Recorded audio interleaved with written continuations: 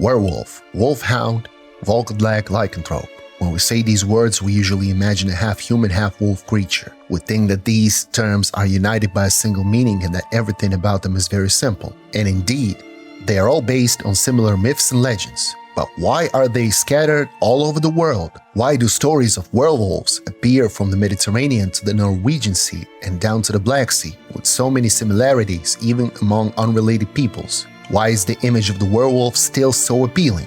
After all, it is everywhere these days, from big-budget movies to the video game industry. It remains the basis for a huge number of incredibly exciting plots. It remains as interesting and fresh as ever. Today, we will talk about the werewolves, the which universe cannot do without these amazing monsters of our ancestors. This is the Old Witcher. Before we begin, we'd like to thank our patrons without whom we wouldn't be able to create our content as consistently as we do. Thank you guys. If you like our content and want to support us, we encourage you to join our Patreon or a sponsored YouTube subscription, and we promise you more content from the Witcher universe. But anyway, brace yourselves because today we're going to tell you the most detailed history of the origins of werewolves in the Witcher universe, from ancient mythology to the mind of Andrzej Sapkowski to the screens of gamers around the world. Lycanthropy. Terminologically, it all started with the ancient Greek word lycanthrope, derived from the words wolf and man in Greek. It referred to people who believed they could turn into wild wolves. The term lycanthropy, referring to the actual ability of a person to turn into a wolf, came much later. It was first mentioned in a book on demonology, Hammer of Witches, published in 1487. In modern times, the term evolved into clinical lycanthropy, denoting a mental illness where people sincerely believe that they can turn into animals. Stories of people who could turn into wolves appeared in all areas where packs of wolves lived, long before the birth of civilization. The first official historical references to them are recorded in the ancient East, in the Akkadian Epic of Gilgamesh, 18th, 17th centuries BC. But these legends were seriously and influentially spread in the times of ancient Greece. In his history, Herodotus described the tribe of Nuri living in the upper reaches of Dniester River, Southern Bug River, and Pripyat basins, modern Belarus and Ukraine. He claims that people from this tribe have superhuman abilities, thanks to which they could turn into wolves several times a year. These people seem to be sorcerers. At least the Scythians and the Hellenes living among them claim that every Nurus turns into a wolf for a few days every year and then returns to human form. Nuri are among the ancestors of the ancient Slavs. It is in their beliefs that the root of the very concept of the Volkodlag lies, which in the future will become one of the main motives in the myths and the legends of the Slavic peoples. Thanks to the work of Herodotus, historians were able to trace the Slavic ideas about werewolves to the very moment of their creation. But for now, let us return to the lands of ancient Greece and later ancient Rome. For there, after the works of Herodotus, legends about lycanthropes began to spread with great speed. Around 37 BC, Virgil writes about Meris, a sorcerer who turned into a wolf. Between 54 to 68 BC, Petronius tells in his Satyricon about a soldier who turned into a wolf as well. And already in the period from 117 to 161, the ancient Roman poet Marcellus of Citium states in his medical poem that lycanthropes attack people mainly at the beginning of the year. He calls these creatures insane and says that they live in the forests and graveyards, imitating wild wolves in their entire existence. The image of the lycanthrope is the subject of many stories. In mythology, there is the image of the wolf mountain Lycaon in Arcadia, around which a tribe of the cult of transformation into wolves is said to have lived. Also, the image of the king of Arcadia, Lycaon, which sounds like lycanthrope, who offered Zeus the flesh of a baby and as a punishment was turned into a wolf forever, lives on. According to some legends, the lycanthrope can never change back into a human being, but other myths say that if he does not eat human flesh for 9 years, the gods will pardon the monster and give him back his human form. The Volkodlag of the Slavic world.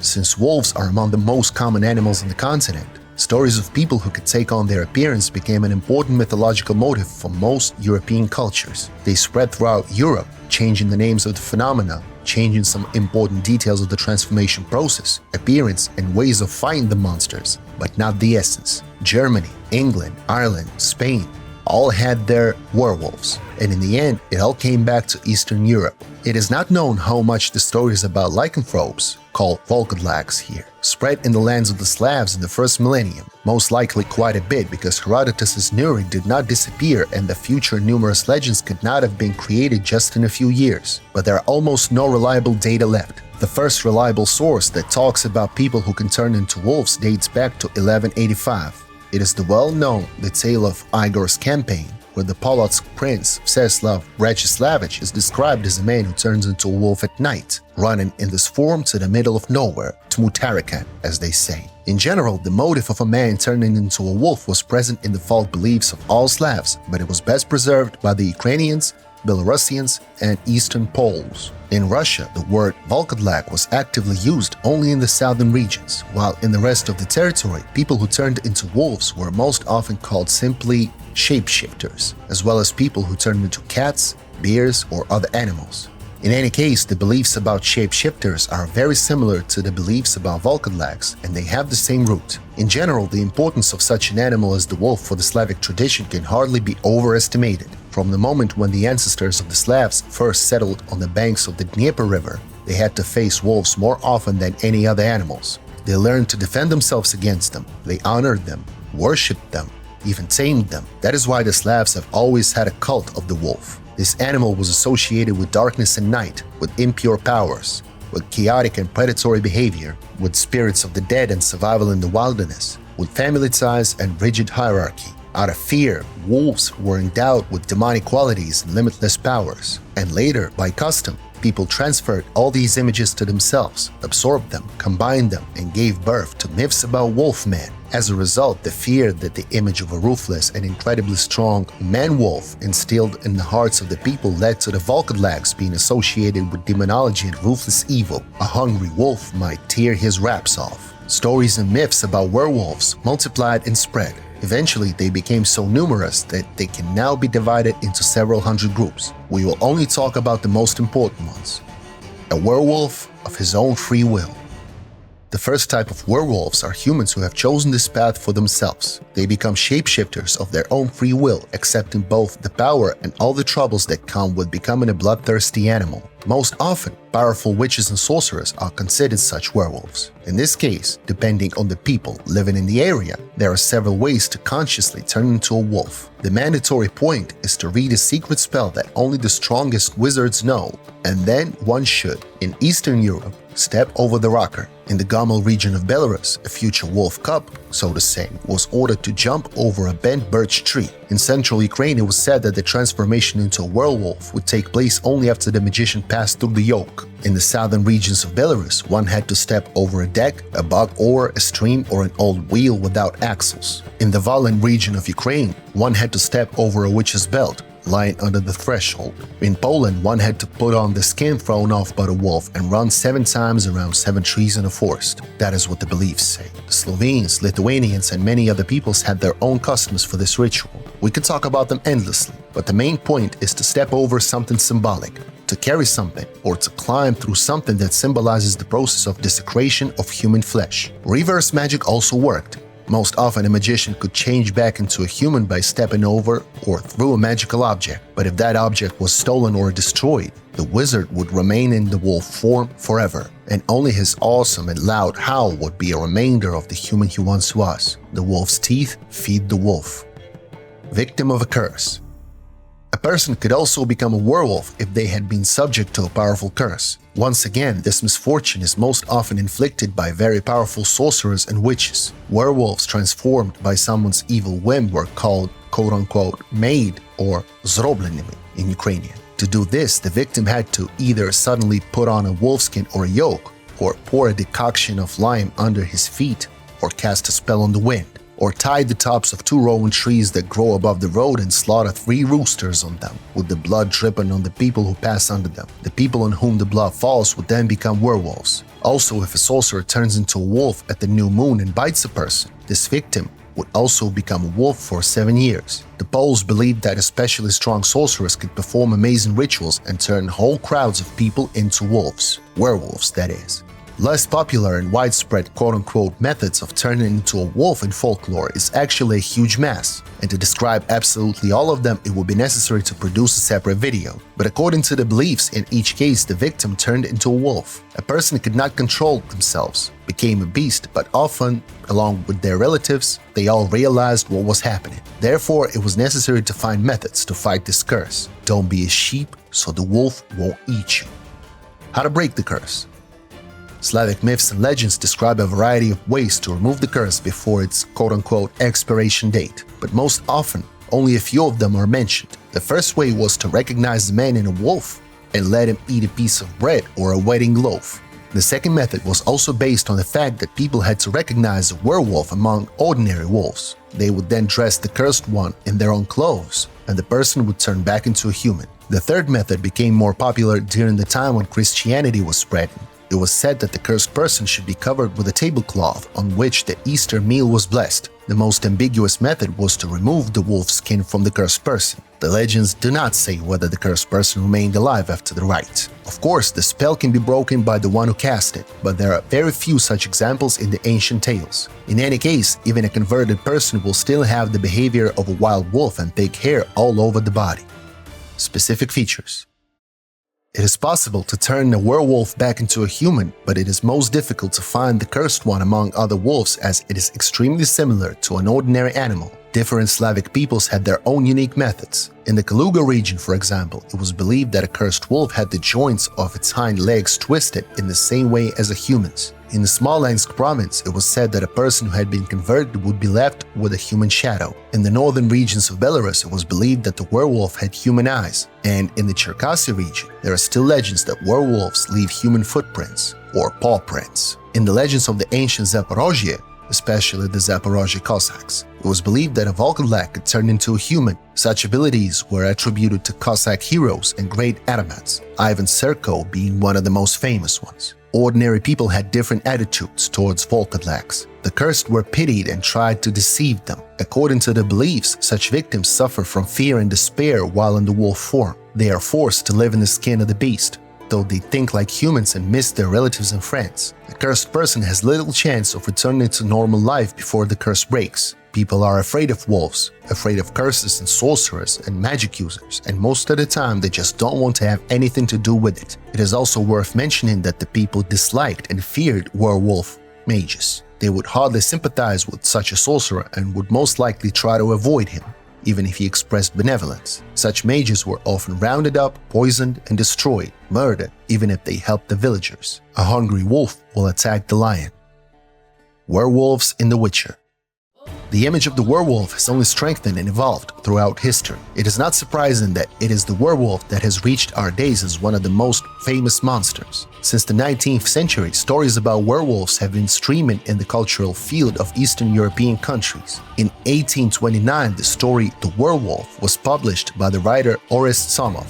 In 1861, the Belarusian writer Olgierd Abakovich created the fable Volkolaka. In 1907, the Belarusian poet Yanka Kupala wrote several poems about a wolfhound or a werewolf. And in 1911, Lesya Ukrainka, in her forest song, created the image of an unhappy man who was turned into a werewolf against his own free will. But the image of the werewolf in Polish literature is developing particularly fast. It was the Germans and the Poles who most influenced the fact that the image of the werewolves is now associated with the moon, and full moon in particular. Werewolves are supposed to be ran into only when the moon is full. Bernard of Lublin, Nikolai Rey, and Januarius Savisralius in the 16th, 17th centuries laid the foundation of the image of the Polish wolf's cry. And already in the 18th, 19th centuries, this image became incredibly important for the whole Polish literature. As a result, at the end of the 20th and the beginning of the 21st century, it was taken up by the talented Polish writer Andrzej Sapkowski and promoted in his cycle of books, The Witcher and the Hussite trilogy. Of course, the games of the Witcher series from CD Projekt Red Studio were not without wolves, and werewolves in particular. These monsters were nothing new or groundbreaking for the gaming world. Nevertheless, the image of a man who turns into a wolf has developed as actively as it did in Europe and Asia. Novels, poems, movies, cartoons, paintings with werewolves simply cannot be counted. Yes, they could be called lycanthropes or werewolves, but in the end they meant the same creature. What is interesting, however, is that even in this very hackneyed image of the wolf shifter, Polish game makers managed to add something subtly unique, something purely Slavic, which has become a breath of fresh air for the rest of the world. Describing the werewolves, the Witcher's Bestiary states, "Wolves aren't as bad as they're made out to be. Werewolves, though, they're every bit as bad and worse. Werewolves are creatures with both men and wolves inside them. When in beastly form, they take the worst traits of each. The wolf's drive to kill and hunger for raw flesh, and the man's cruel and calculating intelligence. A werewolf's condition comes about through a curse, and the transformations happen outside his conscious control. When he reverts to human form, he has no memory of his deeds, otherwise he would surely go mad and take his own life. Werewolves are active at night, particularly when the moon is full. Though they hunt alone, when threatened, they will summon wolves to aid them. Werewolves rarely feel the need to flee, for few adversaries put up much of a fight against them. They strike as swiftly as lightning with claws sharp as razors and regenerate any damage received in mere moments. When fighting werewolves, a witcher should wield a blade covered in oil harmful to the cursed and have a large supply of devil's puffballs handy. A werewolf's curse can at times be lifted, yet there is no universal, surefire method for doing this. A witcher seeking to undertake such a risk must there equip himself with a great deal of patience and sturdy armor. If we take a chronological approach, the first time we see Geralt meeting werewolves is in the book Season of Storms. There we meet the werewolf Otto Dussard and his werewolf family. Geralt once did not kill Dussard because the latter did not harm humans and just wanted to live in peace. In Season of Storms, Dussard pays his old debt to the Witcher in full. Then Geralt meets the werewolf Vincent Mace in the first part of the game and the werewolf Dorian in the second part of the game series. These stories are ambiguous and quite sad, but perhaps the greatest emotional impact is left by the encounter with the werewolf Nelen in the third part of the game saga. It becomes a tragic love triangle which Geralt of Rivia is forced to investigate in the course of a quest called Wild at Heart. The Witcher arrives in the village of Blackbow and sees a notice on the board. A certain hunter, Nelen, asks for the help of an experienced Witcher to find Nelen's missing wife, Hannah. Geralt takes the order and interviews everyone who might have met Hannah on the last day she was seen. Based on the information he gets, he goes into the forest to find traces of Hannah. But as soon as the Witcher notices any clues, he's immediately overtaken by Hannah's sister, Margaret. The latter behaves rather strangely and asks Geralt to stop searching. In return, she even promises to pay Geralt, and the Witcher is faced with a choice: take the money and give up the chase, or try to find out the truth. In the first case, the player takes the money and the quest is completed, but if you choose the second scenario, Geralt refuses the money and follows the trail. As a result, he first finds the torn corpse of Hannah and deep traces of werewolf claws on and around the body. Following the tracks of the monster, Geralt comes across a lonely hunting lodge. On the floor of this hut, he finds the monster's writings. The writings say that the werewolf loves Hannah, but he has to limit his contact with her because at night he turns into a bloodthirsty beast, has no control over himself, and is afraid to hurt her. Behind the hut is a cave. Geralt goes down there, meets a werewolf, and has to fight it. And when the Witcher wants to kill the monster, Margaret suddenly appears out of the shadows and stops him. It turns out that the werewolf is the same hunter Nelen who gave Geralt the order to search for Hannah. Margaret confesses her love to Nelen. She confesses that she always loved him. She also confesses that she was terribly jealous of her sister Hannah because Nelen preferred her, along with the fact that she learned Nelen's secret a long time ago. She also says that she deliberately brought Hannah into the forest so that Nelen, in the form of a werewolf, would tear his beloved apart with his own hands. The hunter, who remembers nothing, becomes furious and threatens to kill Margaret. The Witcher can either protect the woman who has just confessed to killing her own sister, or leave her at Nelen's mercy. In any case, the outcome of this quest cannot be called positive. Nelen's heart becomes broken. He had killed his beloved with his own hands, and he didn't even remember it. And what then? The hunter did not think about what could come next. In any case, his life could no longer be normal, and there was no point in it. Later on, Geralt will also meet other werewolves. Some of them will be incredibly strong enemies. Others will be important characters with an interesting story, like Morkvarg. The Witcher will even meet representatives of a special subspecies of werewolf, the Ulfhedins. These are the same werewolves, only stronger and more ferocious. They are found only on the islands of Skellige and are thought to be forced to hunt humans on an industrial scale due to the harsh climate and lack of regular food. At the same time, the common werewolf does not aim to hunt humans. It does so because it cannot control itself. In general, the werewolves of the witch's world are amazing and diverse. They are monsters that often evoke sympathy, but their danger is uncontrollable. This danger and threat must be eliminated, and if a Volkadlak cannot control his rage, then he must be destroyed and killed, no matter how good he was in human form, how good of a person that is. The mythological and game images of werewolves are very similar, but there may be some variations. All such stories will always have a common root lost in times when our ancestors had to survive and learn to coexist with wild animals.